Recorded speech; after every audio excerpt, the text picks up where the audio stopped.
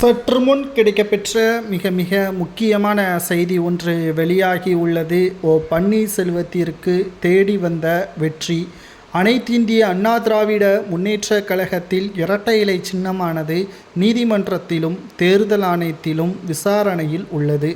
இரட்டை இலை சின்னத்தை யாரிடம் ஒப்படைப்பது, தேர்தல் நேரத்தில் இந்த சின்னம் யாருக்கு கிடைக்கும் என்ற மிகப்பெரிய எதிர்பார்ப்பு மூத்த நிர்வாகிகளுக்கும் மாஜி அமைச்சர்களுக்கும் இருந்து கொண்டுதான் இருக்கிறது.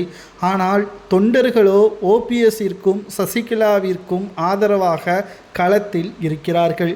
தற்பொழுது செங்கோட்டையனையும் கட்சியிலிருந்து நீக்கியுள்ளார் எடப்பாடி. மேலும் செங்கோட்டையனும் நீதிமன்றத்திடமும் தேர்தல் ஆணையத்திடமும் சட்டத்திற்கு எதிராகவும் அதிமுகவின் சில கொள்கைகளையும் சட்டத்திட்டத்தையும் மாற்றி பொதுச்செயலாளராக எடப்பாடி பதவியில் அமர்ந்து கொண்டுள்ளார். உடனடியாக அதிமுகவின் செயற்குழு பொதுக்குழுவை உடனடியாக கூட்ட வேண்டும்.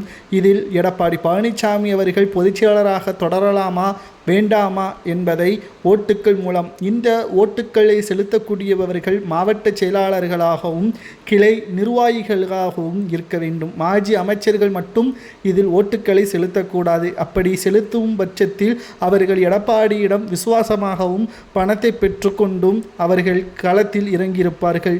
உண்மையான வெற்றி என்பது அதிமுகவிற்கு கிடைக்க வேண்டும் என்றால் ஒவ்வொரு கள நிர்வாகிகளும் தொண்டர்களும் களத்தில் இறங்கி வேலை செய்தால் மட்டும்தான் அதிமுக வெற்றியடையும்.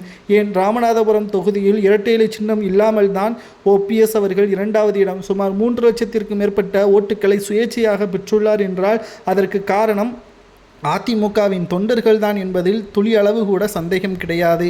மேலும் பன்னீர்செல்வத்திற்கு தேடி வந்த அதிர்ஷ்டமாகவும் வெற்றியாகவும் பார்க்கப்படுவது என்னவென்றால், பன்னீர்செல்வத்தின் வழக்கறிஞர் ராம்குமார் அவர்கள் தற்பொழுது இரட்டை இலை சின்னம் தொடர்பான வழக்கு முடிவுகள் ஓபிஎஸ்ஸிற்கு சாதகமாகத்தான் வரும் என்பதை தெரியப்படுத்தியுள்ளார்.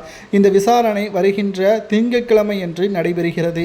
திங்கட்கிழமையன்று இந்த வழக்கு விசாரணையின் பொழுது ஓபிஎஸ்ஸிற்கு சாதகமாக தீர்ப்பு வந்துவிட்டால் அடுத்த கட்ட நடவடிக்கையை அதிமுகவின் செயற்குழுவை உடனடியாக கூட்ட வேண்டும். அந்த கூட்டத்தில் முடிவுகள் எடப்பாடிக்கு எதிராக வந்துவிட்டால் அவரது பதவியும் பறிபோகும்.